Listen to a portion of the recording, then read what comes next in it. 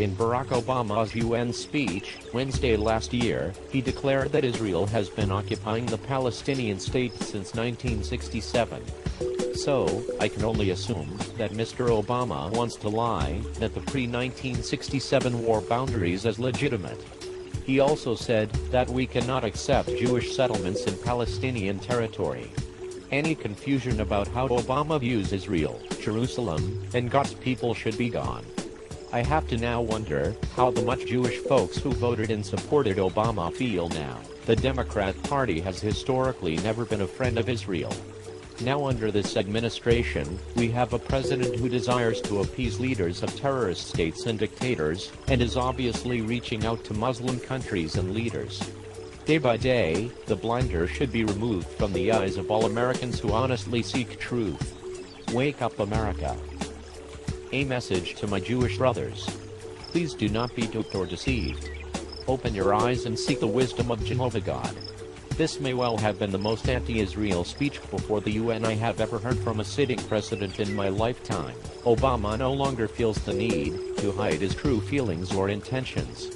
Now that he is in office, he has dropped the charade and is now acting out his long-held desire to change America into his socialist idea of what it should be.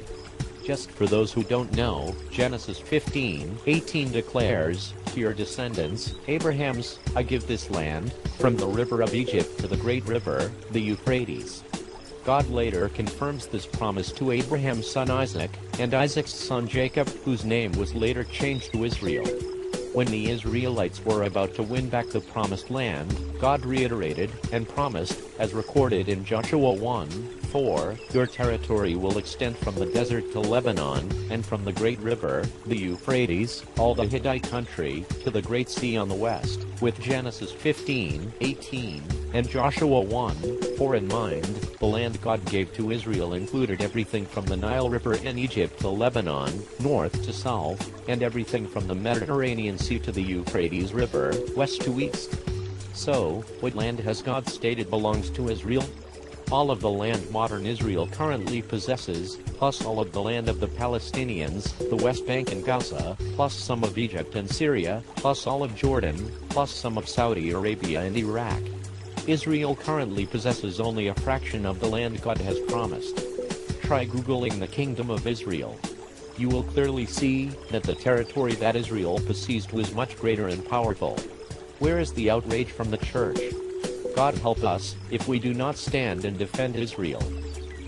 Simple basic questions about the so-called country of Palestine. 1. When was it founded, and by whom? 2. What were its borders? 3. What was its capital? 4. What were its major cities? 5. What constituted the basis of its economy?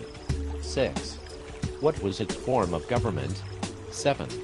Can you name at least one Palestinian leader before Arafat? 8. Was Palestine ever recognized by a country whose existence, at that time or now, leaves no room for interpretation? 9. What was the language of the country of Palestine? 10. What was the prevalent religion of the country of Palestine? 11. What was the name of its currency? Choose any date in history and find the approximate exchange rate of the Palestinian monetary unit against other world currencies on that date. 12. Have the Palestinians left any artifacts behind? 13. Do you know of a library where one could find a work of Palestinian literature produced before 1967? 14. What caused its demise, and when did it occur? 15. Finally, if the Palestinians are anything other than refugees collected from all over the Arab world, if they have a genuine ethnic identity that gives them right for self-determination, why did they never try to become independent until Arabs suffered defeat by Israel in the 1967 Six-Day War? See, much of Palestine happens to be filled with brainwashed, duped, Israeli-hating puppets used by Muslim fanaticism. They do nothing but try to make Israel look guilty. And France has recently joined the US in falsely accusing Israel for lack of peace. If nearly 7 million people in Israel were to be exterminated, then we would have these peace problems?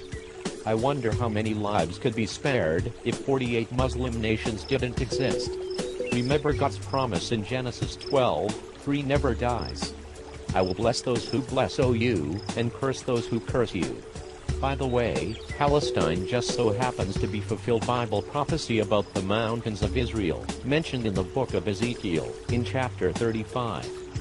The Gaza Strip needs to be given back. For those who think God has forgotten about Israel, just read Romans chapter 11. Thank you for your time.